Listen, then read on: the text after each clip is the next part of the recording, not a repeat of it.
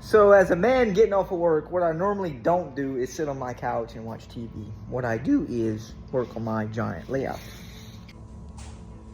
Yep, there it is, right out of work, and we got to finish up this track, my friends. Whew, that's a big building, man. Can you imagine this building on a small module?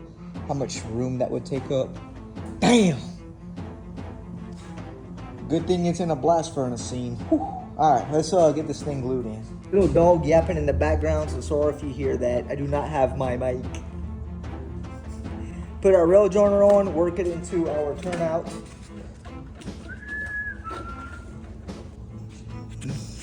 So it's hitting here, but we can't do anything because we're hitting here, so we need to chop it here.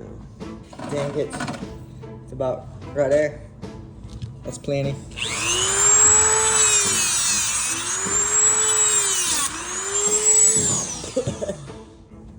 All right, so I missed showing you guys how I glued it. This track is already glued, and I already set the flow in with pins. Okay, so here we used Elmer's glue, and I sporadic spotted it in, and I pinned it.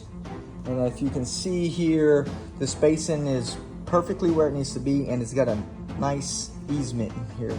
Not nothing too hard to the left or to the right, more or less like a leave it where it lies flow, so it can go out to our building, which I'll show you. So because of the track flows in that manner, I'm going to have to be certain where my building is going to go, which is going to be something like this. So I won't be able to tell anything until this dries and I can run my locomotive through it.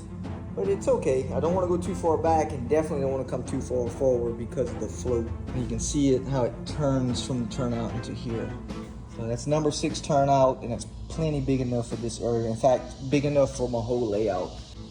All right, let this dry and we'll see if this works later on. See you later, guys.